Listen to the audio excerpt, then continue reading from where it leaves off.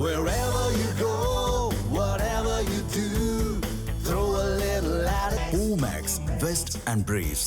Sir, நம்ம credit கார்டை பற்றி பேசிகிட்டு இருந்தோம். இப்போ அதில் வந்து ஒரு 40,000 50,000 பில்லு வருது மாதம் அப்படின்னா, இவங்க வந்து அந்த மினிமம் டியூவை மட்டும்தான் நிறையா பேர் கட்டுறாங்க. வழக்கமான கடன்களை விட கிரெடிட் கார்டுக்கான வட்டிங்கிறது ரொம்ப அதிகமாக இருக்குது.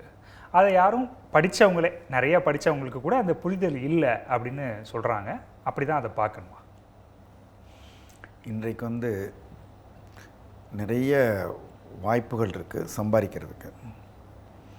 அதை விட அதிக வாய்ப்புகள் இருக்குது செலவு செய்கிறதுக்கு. நீங்கள் செலவு செய்கிறதுக்கு சிரமப்படவே வேண்டாம்.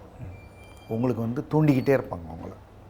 இப்போ முதலையெல்லாம் ஒருத்தர் வந்து அவர் கையில் இருக்கிற வருமானத்தை மட்டும்தான் செலவழிப்பார். இப்போது வியாபாரம் செய்கிறவங்க என்ன பண்ணுறாங்கன்னா, யோசித்து உங்கள் வீட்டில் ஏன் தங்க நகை சும்மா இருக்கிறது, அந்த தங்க நகையை அடகு வைத்து செலவு செய்யுங்கள். உங்கள் வீடை நீங்கள் ஏன் சும்மா வைத்திருக்கிறீர்கள், அதை அடகு வைத்து பணம் வாங்கி செலவு செய்யுங்கள். நீங்கள் வேலைக்கு போகிறீர்களா, உங்களுக்கு வருமானம் வருகிறதா, வேறு ஒன்றும் வேண்டாம். உங்களுடைய பேன் கார்டு, ஆதார் கொடுங்கள், நாங்கள் கடன் கொடுக்குறோம் 10 நிமிஷத்தில். ஆமாம். ஆக ஒரு மனிதன் வந்து செலவை கட்டுப்படுத்தணும் அப்படின்னா அவன் வருமானத்துக்குள்ளார வாழணும். அதுதான் நம்முடைய இந்திய கலாச்சாரம், அதுதான் தமிழர்களுடைய ஒரு நடைமுறை. நல்ல குடும்பங்கள் அப்படி தான் செஞ்சுக்கிட்டு இருந்தோம். அதுதான் நம்ம ரொம்ப காலமாக நம்ம ஓடிக்கிட்டு இருக்கிறதுக்கான காரணம். மேற்கத்திய கலாச்சாரம் என்பது நாம் வந்து பணத்தை செலவழிக்க வேண்டும், பணம் செலவழித்தா பொருளாதாரம் பெருகும் அப்படிங்கிறத ஒரு கலாச்சாரமாக வச்சுக்கிட்டு வருங்காலத்தில் சம்பாதிக்க போகிற பணத்தை இப்போவே செலவழிக்கிறாங்க.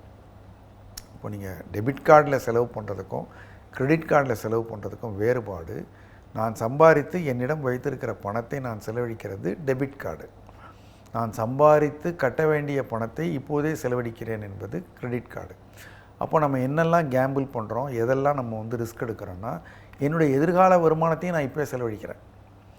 என்னுடைய கடந்த கால வருமானத்தில் சேமிக்கலை, நிகழ்கால வருமானம் போதலை, நான் வருங்காலத்தில் வரக்கூடிய வருமானத்தையும் இப்போ நான் செலவழிக்கிறேன்னா நான் வந்து எப்படிப்பட்ட ஒரு மனநிலையில் இருக்கிறேன். வருங்காலம் என்பது நிச்சயமாக, வருங்கால வருமானம் உறுதியாக, இந்த உலகம் நிலையாக இருக்கா, எவ்வளோ இப்போ தனியார் கம்பெனியில் இருக்கவங்களுக்கு வேலை போயிடுது. ஒரு சுழற்சி முறையில் சில தொழிலே நெசஞ்சு போயிடுது. இப்போ பல ஆண்டு காலமாக இந்தியாவில் வந்து நம்ம நெசவு தொழில் சரியாக இல்லை. பல சமயங்களில் விவசாயம் பொச்சு போயிடுது. சில சிறு குறு தொழில்களுக்கு பிரச்சனைகள்லாம் வருது. ஒரு கோவிட் வந்தது. ஒருத்தருக்கு குடும்பத்தில் உடம்பு சரியில்லாமல் போயிடும் சம்பாதிக்கிறவருக்கு, அல்லது ஒரு விபத்து ஏற்படுது. எவ்வளோ சிக்கல்கள் இருக்கிற பொழுது ஒரு எதிர்காலத்தை உறுதிப்படுத்துவதற்கு இன்றைக்கு எனக்கு கையில் இவ்வளோ பணம் வருது, இந்த பணம் மொத்தமும் இன்றைக்கான தேவைக்கு மட்டும் நான் பயன்படுத்தக்கூடாது, இது எதிர்காலத்துக்கு நான் வச்சுக்கணும், கையில் கிடைக்கிற போது வச்சுக்கணும் அப்படிங்கிற ஒரு பழக்கம் இருக்கணும். இந்த கிரெடிட் கார்டு என்பது அந்த மனநிலைக்கு நேர் எதிர். அதுலேயும் இன்னும் ஆபத்து என்னென்னா, அந்த பழக்கத்துக்குள்ளார வந்துட்டவங்க, நீ 15,000க்கு நீ வாங்கியிருக்க, குழந்தையே சொல்லுது, அப்பா கிரெடிட் கார்டு கொடுத்து வாங்கப்பா.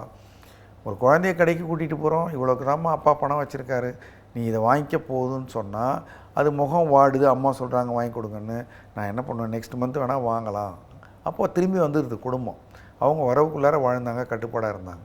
இப்போ கார்டு தான் இருக்கே கொடுங்கங்கிறாங்க, மனைவியே சொல்கிறாங்க. கணவனும் கொடுக்குறாரு, குழந்தை முகம் வாடுறதை பற்றாமல். அப்போ அவங்க இல்லாத பணத்தை அவங்க செலவழிக்கிறாங்க. அப்போ அவங்க விலை கேட்க வேண்டிய அவசியம் இல்லை, இந்த விலைக்குள்ளார வாங்க வேண்டியங்கிற அவசியம் இல்லை, பார்த்துக்கலாம் பின்னாடின்னு வாங்கிடுறாங்க. அப்போ அந்த பணத்தை கட்டணும். அவன் என்ன சொல்கிறான், அதை நம்மளை தூண்டுறதுக்காக 10,000 ரூபா வாங்கினீங்கன்னா இஎம்ஐ மூலமாக மாதம் 1000 ரூபா கட்டுங்க. அதுவே நம்ம ஏமாற்றுகிற ஒரு வழி. நேரடியாக ஏமாற்றலை, நம்ம சக்திக்கு மீறி நம்ம செலவழிக்கிறதுக்கு அவங்களே நமக்கு ஒரு வாய்ப்பு கொடுக்குறாங்க. அவங்களுக்கு வியாபாரம் ஆகணும், 1000 ரூபா, அவங்க 10,000 ரூபாய்க்கு வியாபாரம் ஆகணும். நம்மக்கிட்ட 10,000 இல்லை, நம்மளை விட மனசு இல்லை, நான் கடன் தரேன், நீ அதை 1000 கொடு போதுங்கிறாங்க. நமக்கு அது சுலபமாக தெரியுது, வாங்கிடுறோம். அவங்களுக்கு 10,000க்கு வியாபாரம் நடக்குது, நமக்கு மாதம் 1000 போகுது. அப்போ அடுத்த மாதம் இதே மாதிரி இன்னொரு செலவும் பண்ணிவிட்டு 1000 ஒன்று, இன்னொரு 1000, இன்னொரு 1000 சொல்லி நமக்கு செக்கல் வர்ற போது அந்த பகுதி பிரித்த 1000களையே கட்ட முடியாமல் திகைக்கிற போது அவன் சொல்கிறான், நீ மொத்தத்தையும் கட்ட வேணாம், ஒரு சின்ன பகுதியை கட்டினா போதும். அதுவும் நமக்கு சுலபமாக தெரியுது. அப்போ நம்மளை அடிக்கிறதுக்கு அவன் கையை பிடிச்சி ஸ்டெப்பாக கூட்டிகிட்டு போனால் நம்ம விரும்பி அவன் பின்னாடி போய்கிட்டே இருக்கோம், ஆட்டுக்குட்டி மாதிரி. அப்போது அந்த கடன் என்பதன் மீது ஒரு பயம் போயிடுச்சு, வட்டி என்பதன் மீது ஒரு பயம் போயிடுச்சு. அது ஒரு பழக்கமாக மாறின பிறகு இன்னொரு கிரெடிட் கார்டுலேருந்து பணத்தை வாங்கி இதை சமாளிப்போமா, இன்னொருத்தர்லேருந்து கடன் வாங்கி சமாளிப்போமா, கொஞ்சம் கூடுதல் வட்டிக்கு வாங்குவோமா?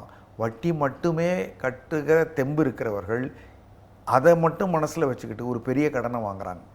அதுதான் இப்போது இந்த உலகத்தில் இருக்கிற ஆபத்து. அதனால் நீங்கள் ஒரு பகுதியை மட்டும் கட்டுகிற நிலைக்கு வந்து விட்டால் நீங்கள் வந்து உங்கள் குடும்பத்தை, எதிர்காலத்தை எல்லாத்தையும் கொஞ்சம் சரியாக ஹேண்டில் பண்ணாத விளிம்புக்கு வந்துட்டீங்கன்னு அர்த்தம். கிரெடிட் கார்டு தவறல்ல. கிரெடிட் கார்டு ஒரு அற்புதமான இன்ஸ்ட்ருமெண்ட்டு. கிரெடிட் கார்டை பயன்படுத்தி லாபகரமாக பயன்படுத்த முடியும். எப்போது கையில் இருக்கிற பணத்தை செலவழிக்கிறதுக்கு கிரெடிட் கார்டை பயன்படுத்தணும். கையில் பணம் இருந்தால் தான் செக் விடுறோம்ல. இல்லாமல் செக் விட்டோம்னா பவுன்ஸ் ஆகி நம்மளுக்கு வந்து செக் பவுன்ஸ் கேஸில் பிரச்சனைகள் உண்டு. அது மாதிரி நம்ம வந்து கையில் பணம் இருந்தால் தான் கிரெடிட் கார்டில் வாங்கணும். அந்த 14 நாளோ 21 நாளோ கட்டிடணும். அது கடன் வாங்குகிற வழி அல்ல. அது பணத்தை உடனடியாக கொடுக்க வேண்டிய அவசியம் இல்லை. கொஞ்சம் வீட்டுக்கு போன பிறகு ஒரு 2 நாள் கழித்து ஒரு பிஸியாக இருந்தால் அப்புறம் அதற்கான வழி தான். அதனால் பகுதியாக கிரெடிட் கார்டில் கொடுப்பது ஆபத்து. சரி, ஒரு நேயர் இருக்காங்க சார், பேசிடலாம். சென்னையிலேருந்து சுப்பிரமணி, உங்கள் கேள்வி கேளு. வணக்கம் சுப்பிரமணி, நேப்பில் இருக்கிறீங்க? இருக்கு ஐயா. இந்த சிஎஃப்ஏ எக்ஸாம் பற்றி கேட்கணும். இந்த வர்த்தகம் பண்ணுறதை கற்றுக்கிறதுக்கு உங்கள் புக்கை படிச்சிருக்கேன். இல்லை, உங்களோட ஆடியோ தெளிவாக இல்லை. ஹலோ ஹலோ, சொல்லுங்கள் சார். ஐயா ஐயா கேட்குதுங்க? கேட்குது, சொல்லுங்கள். இப்போ இந்த வர்த்தகம் பண்ணுறதை வந்து கற்றுக்கிறதுக்கு ஐயாவோட புத்தகம் 4 நல்ல பணம் படிச்சிருக்கேன். அப்புறம் யூடியூப்ல வீடியோலாம் பார்த்து வர்த்தகத்தை ஈக்விட்டின்ற இதை வந்து கற்றுக்கிட்டு இருக்கேன். இதை பற்றி படிக்கும்போது சிஎஃப்ஏ ஒரு எக்ஸாம் அது படித்தாலோ இல்லை என்ஐஎஸ்சி சர்டிஃபிகேட் படித்தா வேலை வாய்ப்பும் இருக்கும், ப்ளஸ் அந்த வர்த்தகத்தை கற்றுக்க முடியுமான்றதை ஐயா கிட்ட கேட்கணும். இப்போ நான் வந்து யூடியூப்பில் நிறையா இது பார்த்தேன், ஈக்விட்டி சம்மந்தமாகலாம் பார்த்தேன். அதை எப்படி ஹேண்டில் பண்ணுறது, அதோட இதெல்லாம் புரிஞ்சுக்க முடியுமா அப்படின்னு கேட்குது. புரிஞ்சுக்கலாம், ஒன்றும் ரொம்ப சிரமம் கிடையாது. நம்ம வந்து பெரும்பாலான மக்கள் வந்து இப்போ கேள்வி கேட்டவர் இல்லை, அவர் பரவாயில்ல, இப்படி ஒரு கேள்வி கேட்டிருக்காரு, நல்ல கேள்வி. பெரும்பாலான மக்கள் என்ன நினைக்கிறாங்கன்னா, இப்போ நம்ம பேங்க்கில் போட்டால் வட்டி மெதுவாக தருவான், குறிப்பிட்ட டைமில் கொடுப்பாங்க, ஓரளவுக்கு தான் கொடுப்பாங்க. ஸோ கோல்டு ஏறினா ஏறும், ஏறாமல் இருக்கும். ஆனால் பங்குகள் வந்து உடனடியாக பெரிய லாபம் கொடுக்கும் அப்படின்னு நினைக்கிறாங்க சிலருடைய புரிதல். வேறு சிலர் வந்து பங்குனாலே தொடக்கூடாது, பெரிய நஷ்டம் வந்துடும்னு நினைக்கிறாங்க, பயப்படுறாங்க. வேறு சிலர் வந்து பங்குகள்னாலே பெரிய லாபம் கொடுக்கும், அதை கண்டிப்பாக நம்ம டக்குன்னு போய் பணத்தை எடுத்துகிட்டு வந்துடலாம்னு நினைக்கிறாங்க. இது ரெண்டுமே வந்து தவறு. உடனடி பெரிய பணம் என்பதும் எல்லா நேரமும் சாத்தியமில்லை. பெரிய நட்டங்கள் என்பதும் அதற்காக பங்குச்சந்தை உருவாக்கப்படவில்லை. இது வந்து நம்முடைய அணுகுமுறையில் தான் இருக்குது. அதனால் நம்ம வந்து ஒரு தெரிந்து கொண்டு, இப்போ ஒரு வண்டி ஓட்டணுன்னா நம்ம அதுக்கு ஒரு லேர்னிங் ஸ்கூலுக்கு போகிறோம், டிரைவிங் ஸ்கூலுக்கு போகிறோம், கற்றுக்குறோம், பழகுறோம், கிரவுண்டிலே ஓட்டுறோம். அதற்கு பிறகு நம்ம வந்து ரோடுக்கு வரோம், அப்புறம் தான் நேஷ்னல் ஹைவே வரோம், அப்புறம் தான் நம்ம வந்து குடும்பத்தை கூட்டிகிட்டு வேகமாக போகிறோம். ஒரு நீச்சல் போனால் பழகுறோம், ஒரு விளையாட்டுனா பழகுறோம். பங்குச்சந்தை மட்டும் நான் வந்து ஃபஸ்ட்டு வந்து நான் ஒரு ட்ரேடு பண்ணுவேன், எனக்கு ஒரு பெரிய லாபம் வரும், நான் அப்புறம் பணத்தை போடுவேன், உடனே லாபம் வரும்னா, அப்படி ஒரு சுலபமான ஒரு விஷயமாக இருந்தால், நிச்சயமான விஷயமாக இருந்தால் உலகத்தில் வேறு எதுவுமே பண்ண வேணாம், எல்லோரும் இதே பண்ணலாம். அதனால் அது ஒரு தவறான இடம் இல்லை. அதுக்குன்னு சில வழிமுறைகள் இருக்குது, அதற்கென்று ஒரு குணாதிசயங்கள் இருக்குது. அதை நம்ம புரிஞ்சுக்கிட்டால் நல்லா பண்ணலாம். நல்லா பண்ணுறவங்க இருக்காங்க. இப்போ நீங்கள் அதை புரிஞ்சுக்கணுன்னா அதுக்கு நீங்கள் புத்தகங்கள் படிக்கலாம், யூடியூப்பில் கேட்கலாம். பெரும்பாலும் யூடியூப்பில் ஒரு எஜுகேட்டிவாக இருக்கிறத விட வந்து ஒரு சஜஸ்டிவாக இருக்க மாதிரி, ப்ரிஸ்கிரிப்டிவாக இருக்க மாதிரி இருக்குது. இதை வாங்க, அது பண்ணலாம், இது பண்ணலாம், அப்புறம் நீங்கள் கிளாஸ் அட்டன் பண்ணுங்கிற மாதிரி வீடியோக்கள் தான் நான் பார்க்குறேன். என்னுடைய யூடியூப் சேனலில் கூட நான் போட்டிருக்கேன் பாலப்பாடம்னு. பட் அதுவே மட்டுமே பத்தாது, புத்தகங்கள் படிக்கணும். ஏன்னா நிறைய பணம் பண்ணணும், ஆனால் வந்து ரொம்ப சுலபமாக பண்ணணும், நான் சிரமமே படாமல் பண்ணணும்னு பண்ண முடியாது. அப்போ நீங்கள் என்ன பண்ணலாம், நீங்கள் ஒரு டிமேட் கணக்கு ஒன்று திறந்துட்டு ஒரு புரோக்கர்கிட்ட, என்எஸ்சி இல்லை ரெஜிஸ்டர்ட் புரோக்கர் இருக்காங்க, பிஎஸ்சியில் இருக்காங்க, நீங்கள் வந்து அதுக்கான வழிமுறைகளை நீங்கள் தெரிஞ்சுக்கலாம். பண்ணிட்டீங்கன்னா நீங்கள் ஒரு எடுத்த உடனே மிகச்சிறந்த மிகப்பெரிய நிறுவனங்களுடைய பங்குகளை சிறிய அளவில் வாங்கி அதை வைத்து கொண்டு அதனுடைய விலை மாற்றங்களை நீங்கள் வந்து தொலைக்காட்சியில், ஊடகங்களில் பார்த்து அது ஏன் இறங்குது, அதுக்கப்புறம் அவங்க ஆனுவல் ரிப்போர்ட் அனுப்பிச்சு அதை படித்து பார்த்து அவங்க இப்படி சொன்னால் இப்படி நடக்குது, அப்படி நடக்குதுன்னு சில சேனல்கள்லையும் அதை பற்றிலாம் டிஸ்கஸ் பண்ணுறாங்க. அப்போது அதோடு நம்ம பழக நம்ம புரிதல் கூடும். அதற்கப்புறம் நம்மளுடைய பணத்தை நம்ம அதிகப்படுத்தலாம். இது எல்லாம் நம்ம செய்கிறதுக்கு நமக்கு நேரம் இல்லை. நான் வந்து ஒரு முதலீட்டாளர் தானே, நான் ஒரு தங்கம் வாங்குற மாதிரி நான் இதை வாங்கிட்டு ஒதுங்கிடக்கூடாதுன்னா அதற்கு தான் பரஸ்பர நிதிகள்னு வச்சுருக்காங்க. இந்த மாதிரி விஷயங்களெல்லாம் தெரிஞ்சு கொண்டு வாங்குறவங்க அந்த பரஸ்பர நிதிகளை நீங்கள் வாங்கினீங்கன்னா போதும், அவங்க பங்குகளை தேர்ந்தெடுத்து வாங்கிடுறாங்க. அது வந்து ஒரு டிரைவர் வச்சு கார் ஓட்டுற மாதிரி, நானே ஓட்டணுங்கிறது இல்லை. ஆனால் நான் ஒரு நல்ல டிரைவரை செலக்ட் பண்ணணும்.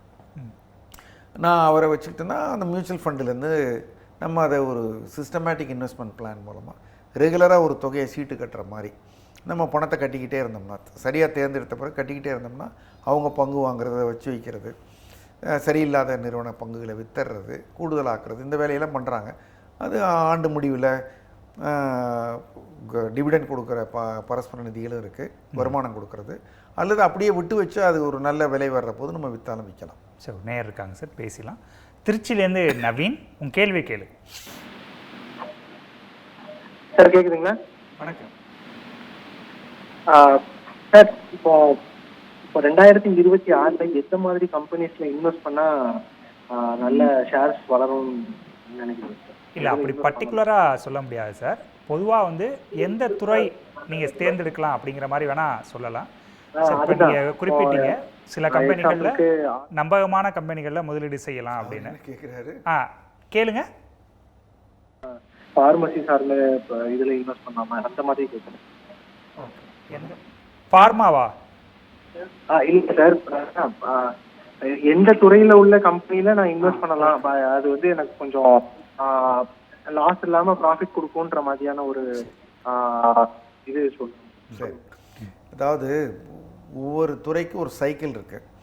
இப்போதைக்கு வந்து ஐடி துறை, இந்த ஆர்டிஃபிஷியல் இன்டெலிஜென்ஸு, அமெரிக்கா போன்ற நாடுகளில் ரெசெஷன் காரணமாக ஐடி துறை வந்து கொஞ்சம் அவங்களுடைய லாபங்கள் குறையலாம், வியாபாரங்கள் குறையலாம்ங்கிற ஒரு அச்சம் இருக்கிறதுனால ஐடி பங்குலாம் கடுமையாக விழுந்திருக்கு.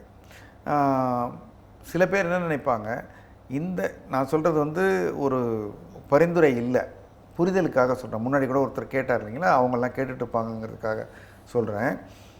கான்ட்ரேரியன் வியூன்னு ஒன்று இருக்குது. எல்லோரும் பயந்து ஓடுகிற பொழுது நீங்கள் வாங்குங்கள், எல்லோரும் ஆவலாக வாங்கி விலை உயர்த்திய போது நீங்கள் விற்று விட்டு வெளியேறி விடுங்கள்னு இது மாதிரி பல ஐடியா சொல்லுவாங்க. இது ஒரு ஐடியா. இது வந்து இப்போ ஐடி துறை சுமாராக இருக்குது. இப்போது அந்த ஜிஎஸ்டியில் சிமெண்ட்டுக்கெல்லாம் குறைச்சிருக்கிறதுனால கட்டுமான துறைகள் ஓரளவுக்கு நன்றாக இருக்கலாம், மின்சார உற்பத்தி பண்ணுற நிறுவனங்கள் நல்லா இருக்கலாம். அது மாதிரி இப்போது இந்த ஜிஎஸ்டி குறைவுனால ஃபாஸ்ட் மூவிங் கன்சியூமர் குட்ஸ் அந்த துறையும் நல்லா இருக்கலாம். குறிப்பிட்ட பங்குகளை சொல்ல முடியாது, நம்ம வந்து துறை சார்ந்து இந்த துறைகளுக்கெல்லாம் இப்போதைக்கு சிரமம் இல்லை. அதே மாதிரி மழை நல்லா பெஞ்சிருக்கிறதுனால ஃபெர்டிலைசர் கெமிக்கல்ஸ் போன்ற நிறுவனங்கள். ஆனால் சில நிறுவனங்கள் ஃபெர்டிலைசர் கெமிக்கல் நிறுவனங்களுக்கு சீனாவிலேருந்து இடுபொருள் வர வேண்டியது இப்போ வராமல் இருக்கிறதுனால விலை உயர்ந்த பங்குகள் இறங்கி இருக்கின்றன. இதிலெல்லாம் ஒரு ஆபத்து என்னென்னா, நாம் வந்து ஒரு பெரிய நிறுவனங்களை தேர்ந்தெடுக்காமல் அதில் கிடைக்கிற லாபத்தை விட எனக்கு கூடுதல் லாபம் கிடைக்கணுங்கிறதுனால நம்ம ஒரு குறிப்பிட்ட துறைக்குள்ளார நம்ம செலக்ட் பண்ண போகிறோம். அப்போது நம்ம அதில் கூடுதல் அட்வான்டேஜ் எதிர்பார்க்குறோம், அதில் கூடுதல் ரிஸ்க்கும் இருக்குது. இப்போ ஜிஎஸ்டி கட் பண்ண மாதிரி வேறு ஏதாவது, அல்லது சைனாவிலேருந்து இப்போ ஃபெர்டிலைசருக்கு இன்புட்ஸ் அனுப்ப மாட்டேன்ற மாதிரி, இவி வெஹிக்கிள்ஸுக்கெல்லாம் வந்து அவன் அந்த மேக்னெட் அண்ட் ரேர் எர்த்து கொடுக்க மாட்டேன்னு சொல்கிறான், உலகத்துக்கே கொடுக்க மாட்டேன்னு சொல்கிறான். இவி வெஹிக்கிள்ஸ் தான் பெட்டரு, நல்ல க்ரீன் எனர்ஜி, அந்த செக்டார் தான் நல்லா இருக்குன்னு எல்லோரும் போய் விழுந்தாங்க. திடீர்னு பார்த்தீங்கன்னா அவன்கிட்ட வந்து பேட்டரி வர்றது நின்றுடணும்னா அந்த செக்டார் விழுந்துருது. வாங்குற போது நம்ம கவனமாக இருந்திருப்போம், அதுக்கப்புறம் வேறு வேலையாக இருப்போம், இந்த மாற்று நியூஸை நம்ம லேட்டாக பார்ப்போம், அதுக்குள்ளே மார்க்கெட் விழுந்திருக்கும். அதனால் இந்த செக்டாரியல் வியூங்கிறது ரொம்ப அலர்ட்டாக இருக்கவங்களுக்கு உடனடியாக நியூஸை தெரிஞ்சுக்கொள்ளவங்களுக்கு பெட்டராக இருக்கும். அவங்களுக்கும் கூட நீங்கள் செக்டோரியல் ஃபண்ட்ஸுக்கு போயிட்டீங்கன்னா அங்கே இருக்க எக்ஸ்பர்ட்ஸ் இந்த நியூஸ் எல்லாம் பார்த்து அவங்க குயிக்காக ஆக்ட் பண்ணுவாங்க. சரி, அழைத்தமைக்கு நன்றி. அடுத்த நேயர் பெங்களூருலேருந்து திருலோக சுந்தரம், உங்கள் கேள்வி கேளு.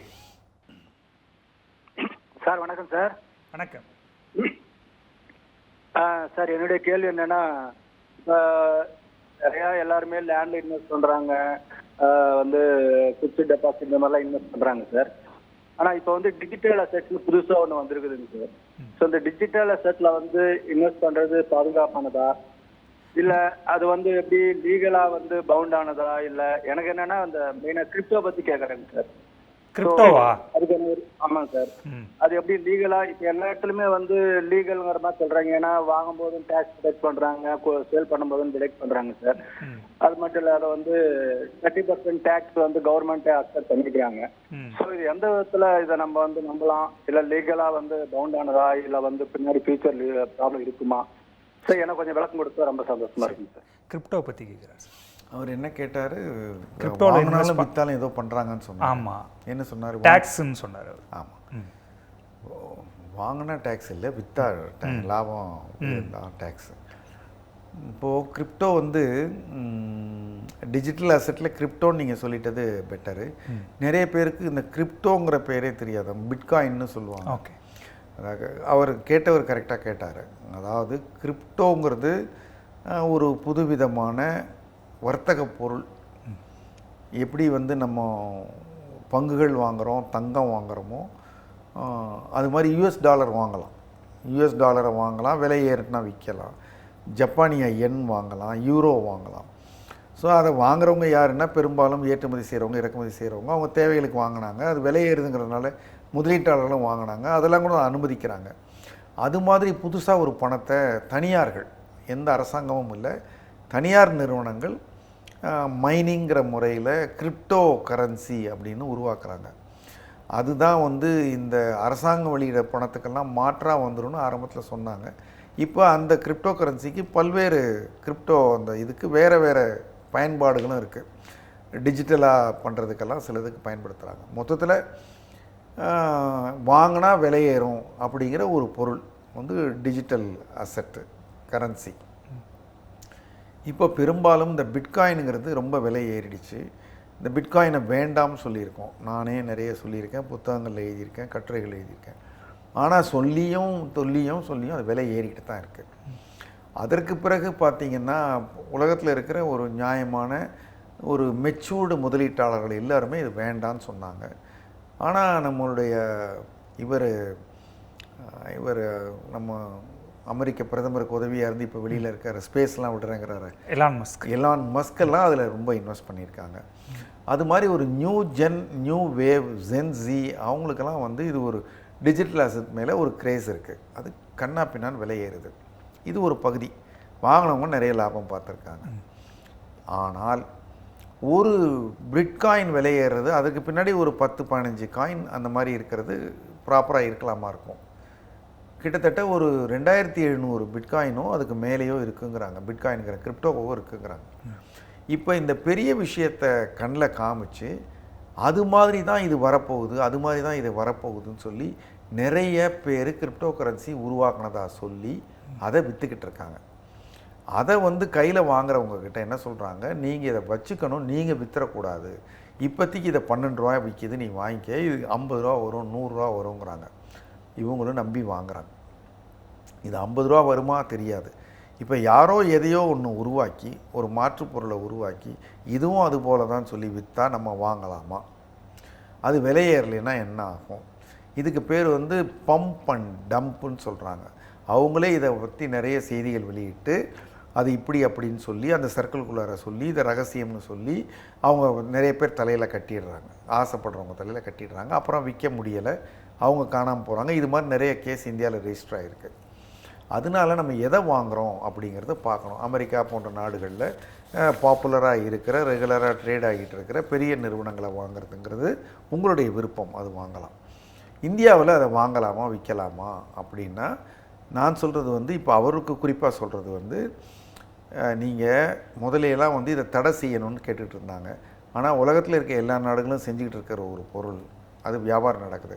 அது தவிர இணையம் மூலமாக நடக்கிறது எல்லாத்தையும் அரசாங்கத்தால் தடை பண்ணி ஒன்றும் பண்ண, ஃபிசிக்கலாக இருந்தால் பண்ணலாம், ஃபிசிக்கலாக இருக்கிறதையே பண்ண முடியாது. அப்போ இது தடைங்கிறத அவங்க அனுமதிச்சிட்டாங்க. இண்டிவிஜுவல்ஸ் அவங்கவுங்க ரிஸ்கில் வாங்குகிறாங்க. லாபம்னாலும் அவங்களுக்கு, நஷ்டம்னாலும் அவங்களுக்கு. ஆனால் இந்தியாவில் மற்ற யாரும் லாபம் பண்ணால் வருமான வரி கட்டுற மாதிரி நீங்கள் டிஜிட்டல் அசெட்ஸில் நீங்கள் லாபம் பண்ணிங்கன்னா நீங்கள் வருமான வரி கட்டணும்.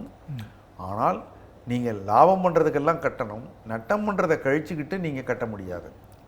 இப்போ பங்குகள் நீங்கள் வாங்குறீங்க, ஒரு பங்கில் 1 லட்ச ரூபா லாபம் வருது, ஒரு பங்கில் 50,000 நஷ்டம் வருதுன்னா அந்த 1 லட்ச ரூபாயில் 50,000 கழிச்சுட்டு 50,000 மட்டும் நீங்கள் வரி கட்டினா போதும்னு சொல்கிறாங்க. ஆனால் டிஜிட்டலில் அப்படி கிடையாது. வரி அதிகமாக இருக்குது, 30% என்னமோ இருக்குது. அது வந்து என்ன அரசாங்கம் இது ஒரு தேவையில்லாத வேலை எல்லோரும் செய்கிறன்றீங்களா, செஞ்சுக்கோ, நீ எனக்கு வரியை கொடுத்துருன்னு கேட்டுட்டாங்க. அதனால விற்கிற போது வரி கொடுக்கணும். நான் புதியவர்களுக்கு அறிமுகம் இல்லாதவர்களுக்கு சொல்கிற எச்சரிக்கை வந்து இது நமக்கு பங்குகள் டிமேட்டுக்கு வர்ற மாதிரி இது வந்து ஒரு வேலெட்டுன்னு ஒன்றுக்கு போகுது. அந்த வேலெட்டுக்கு ஒரு பாஸ்வேர்டு இருக்கும். அந்த வேலெட்டுங்கிறது அதை இந்தியாவிலேருந்து யாரும் ஆப்ரேட் பண்ணுறாங்களா வெளிநாட்டிலேருந்து பண்ணுறாங்களான்னு நமக்கு தெரியாது. அப்போது அது ஒரு நாள் அது ஓப்பன் ஆகலை, அல்லது உங்களுக்கு பாஸ்வேர்டு போயிடுச்சு, அல்லது உங்களுடைய வேலெட்டில் இருக்கிறது திருடு போயிடுச்சு, ஹேக்கர்ஸ் அடிச்சிட்டாங்க அப்படின்னா அதையெல்லாம் போய் இந்திய கோர்ட்டில் கொண்டு போய் நம்மளால் கம்ப்ளைண்ட் பண்ண முடியாது. உச்சநீதிமன்றமே சொல்லியிருக்கு, நீங்கள் இதை அனுமதிக்கிறீங்க, தடை பண்ணலை, இதன் பேரில் ஒரு சட்டம் கொண்டு வந்தால் என்னன்னு கேட்குறாங்க. நீதிபதிகளுக்கே இது புரியலை, எங்களுக்கே இது புரியலை, எது தப்பு எது ரைட்டுன்னு சொல்கிற அளவுக்கு ஒரு சட்டம் இருந்தால் தானே வழிகாட்டலான்னு. அப்போ அந்த டிஜிட்டல் அசெட்ஸுக்கு இன்னும் வழிகாட்டு சட்டம் வரல. சரி, நிகழ்ச்சியோட இறுதி பகுதிக்கு வந்துட்டோம். இறுதி நேயர் திருச்சியிலேருந்து பிரசாத், உங்கள் கேள்வி கேளு. கேட்கலாமா? வணக்கம். இப்போ நான் இப்போ சீனியர் சிட்டிசன் என்ட்ரு பண்ணியிருக்கேன். 5 years பேக் வந்து நான் மியூச்சுவல் ஃபண்ட்ஸில் இன்வெஸ்ட் பண்ணேன். இல்லை, பட் அந்த டைமில் உங்கள் ஆடியோ கிளியராக இல்லை. அந்த டைம் வந்து என்னுடைய பிரின்சிபல் வந்து லோ ஆகிட்டே இருந்தது. மியூச்சுவல் எவ்ரி மந்த் எனக்கு வந்து ஹலோ தொடர்ந்து பேசுங்க. முதல்ல கேளுங்க, கொஞ்சம் வார்த்தைகளுக்கு இடைவெளி விட்டு நிதானமாக கேளுங்க. ஓகே. எவ்ரி மந்த் வந்து எனக்கு மியூச்சுவல் ஃபண்ட்ஸ்லேருந்து ஒரு அமௌண்ட் வந்துட்டு இருந்தது. ஆனால் அதுக்கப்புறம் பார்த்தீங்கன்னா என்னுடைய பிரின்சிபல் லோ ஆகிட்டே இருந்தது. அதனால நான் அந்த பிரின்சிபல் சேவ் பண்ணுறதுக்காக அதை ட்ராப் பண்ணிட்டேன். இப்போ நீங்கள் சார் வந்து ETF கோல்டு பாண்டு பற்றி பேசிட்டு இருந்தாங்க. அந்த சிஸ்டம் அதே மாதிரி தானா, இல்லை அது வந்து மியூச்சுவல் ஃபண்ட்ஸை விட டிஃப்ரெண்ட்டாக இருக்குமா? சரி. ஏன்னா அப்போ வந்து எனக்கு சோர்ஸ் ஆஃப் இன்கம் இருந்தது, அதனால என்னால் பேர் பண்ண முடிஞ்சது லாஸை. அவர் என்ன சொல்லுங்கள் சார், மியூச்சுவல் ஃபண்ட்ஸ்லாம் நான் வந்து இன்வெஸ்ட் பண்ணிட்டு வந்தேன், மாதம் ஒரு தொகை எனக்கு கிடச்சிது. இப்போ என்னோடய பிரின்சிபல் குறைஞ்சி போனதுனால அதை இது பண்ணலை. ETF பற்றி நீங்கள் சொன்னீங்க, அதுவும் அதே மாதிரி தானா அப்படின்னு கேட்குறாரு. அவர் நேர் சொன்னது அவர் லைனில் இருந்தாருன்னா அவர் கேட்டுக்கட்டும், ஏதாவது சந்தேகம் கூடுதல் தகவல் இருந்தால் சொல்லுங்கள். இப்போ பெரும்பாலும் வந்து நம்ம மியூச்சுவல் ஃபண்டில் பணம் போட்டோம்னா பணம் போட்டுக்கிட்டே தான் இருப்போம், அதுலேருந்து எடுக்க மாட்டோம். ஓகே. இப்போ இவங்க சொல்கிறது என்னென்னா, மியூச்சுவல் ஃபண்டு ஒரு பெரிய தொகைக்கு அவர் வாங்கிடுறாரு, உதாரணத்துக்கு 1 லட்சத்துக்கு. அவர் வந்து சிஸ்டமேட்டிக் வித்ட்ராவல் பிளானில் போகிறாரு. அவருக்கு வந்து தொடர்ந்து அதுலேருந்து பணம் கொடுத்துட்டே இருப்பாங்க. இவர் குறிப்பிட்ட தொகையை சொல்லிடுறாரு. உதாரணத்துக்கு 1 லட்ச ரூபாய்க்கு அவர் மியூச்சுவல் ஃபண்டு வாங்கிட்டு அந்த யூனிட்ஸ் வந்து மார்க்கெட்டினுடைய விலை ஏற்ற இறக்கத்துக்கு ஏற்ற அளவுக்கு 1 5 ஆகும், 1 10 ஆகும், 1 20 ஆகும், 95 மாறும், ஏறும், அப்படி ஆகும். அதை அப்படியே விட்டு வச்சா. ஆனால் இவர் அநேகமாக இவர் என்ன பண்ணியிருப்பார்னா, சிஸ்டமேட்டிக் வித்ட்ராவல் பிளானில் எனக்கு மாதம் 5000 ரூபா கொடுத்துருங்க அப்படின்னு கேட்குறாரு. 5000 ரூபா அது உருவாக்குச்சுன்னா அது கொடுக்கும், உருவாக்கலைனாலும் கொடுக்கும். சிஸ்டமேட்டிக் வித்ட்ராவல் பிளானை பொறுத்த வரைக்கும் உங்களுக்கு 5000 ரூபா கொடுக்கறதுக்காக அவங்கக்கிட்ட அந்த மாதம் 5000 ரூபா மதிப்புள்ள யூனிட்ஸை விற்றுருவாங்க. அப்போது அது 5000 இவர் கொடுக்க முதல் மாதம் 1 லட்சம் போட்டது 1 5 ஆச்சு, இவருக்கு 5 கொடுத்தாங்க, அது 1ஆவே இருக்கும். அப்புறம் அது 1 2 தான் ஆச்சு, இவருக்கு 5 கொடுத்தாங்க, அது 97 ஆகிடும். அதுக்கப்புறம் இவருக்கு 5 கொடுத்தாங்க, அது 96 ஆகிடலாம், 100 இப்படி ஆகும். அப்போது அது ஒரு வித்ட்ராவல் பிளானுக்கு போகிற பொழுது நாம் அதை எடுத்து சாப்பிட தான் போகிறோம். மார்க்கெட் வந்து நம்ம கேட்குற அளவுக்கு வேகமாக வளராது, இறங்கினாலும் இறங்கும். அதுதான் அந்த சிஸ்டம். அவருடைய கேள்வியை சரியாக கேட்டிருந்து நம்ம சரியாக புரிஞ்சுக்கிட்டு இருந்தால் இது பதில். இது மாதிரினா ETF அப்படி கிடையாது.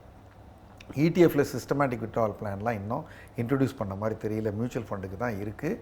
இது ETFங்கிறது எக்ஸ்சேஞ்ச் ட்ரேடட் ஃபண்டு. அந்த எக்ஸ்சேஞ்ச் ட்ரேடட் ஃபண்டில் நீங்கள் எவ்வளோ வேணாலும் வாங்கலாம், நீங்கள் உடனே விற்கலாம். இப்போ மியூச்சுவல் ஃபண்டுனால் நீங்கள் அவங்ககிட்டே விற்கணும், அதுக்கு ஒரு நாள் கழித்து பணம் வரும். எக்ஸ்சேஞ்ச் ட்ரேடட் ஃபண்டில் நீங்கள் அப்போ இருக்கிற NAVக்கே வாங்கலாம், அப்போ இருக்கிற NAVக்கே நீங்கள் விற்றுடலாம். அதுவும் மியூச்சுவல் ஃபண்டு தான்.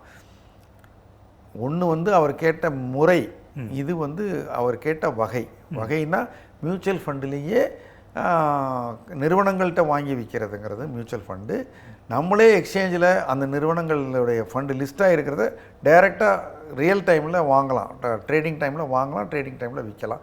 லிக்விடிட்டி அதிகம், நம்ம வாங்குகிற விலை நமக்கு தெரியும். இல்லைன்னா மியூச்சுவல் ஃபண்ட்லாம் வாங்கினா மறுநாள் தான் தெரியும் எவ்வளோ அன்னைக்கு மார்க்கெட் எவ்வளோ முடிஞ்சுது, நெட் அசெட் வேல்யூ என்னாச்சு, இவங்க என்ன ரேட்டில் நமக்கு அலாட் பண்ணியிருக்காங்க, என்ன ரேட்டில் விற்றாங்கங்கிறது தெரியாது. அந்த விதத்தில் mutual fund but traded in exchange like a stock போலவே எக்ஸ்சேஞ்சில் வர்த்தகம் நடக்கிறதுனால அதுக்கு பேர் எக்ஸ்சேஞ்ச் ட்ரேடட் ஃபண்டு. அது மட்டும்தான் வேறுபாடு. மற்றபடி நீங்கள் பணத்தை சேர்த்துக்கிட்டே வந்தீங்கன்னா சிஸ்டமேட்டிக் இன்வெஸ்ட்மெண்ட் பிளான், பணத்தை எடுத்துக்கிட்டே இருந்தீங்கன்னா சிஸ்டமேட்டிக் வித்ட்ராவல் பிளான், நீங்கள் ஒரு ஃபண்டுலேருந்து இன்னொரு படத்துக்கு தொடர்ந்து மாற்றிக்கிட்டே இருந்தீங்கன்னா சிஸ்டமேட்டிக் ட்ரான்ஸ்ஃபர் ஃபண்ட். அதெல்லாம் முறை, இது வகை. சரி, அழைத்தமைக்கு நன்றி. நேயர்களே, பொதுவாக நம்ம தவறான பேருந்தில் ஏறிட்டோம்னா கூடிய சீக்கிரம் அதுலேருந்து இறங்குறது தான் நல்லது அப்படின்னு சொல்லுவாங்க. அப்போ தான் நம்ம திரும்பி வர்றதுக்கான செலவு குறைவாக இருக்கும் அப்படிங்கிறதுக்காக அப்படி சொல்லுவாங்க. அதே போல் பொருளாதாரத்துலேயும் நம்ம தவறான பாதையில் போகும்போது சீக்கிரமே அதுலேருந்து திரும்பி வந்துடுறது தான் நல்லது. Wherever you go, whatever you do, throw a little at it. Omax, Vest and Briefs.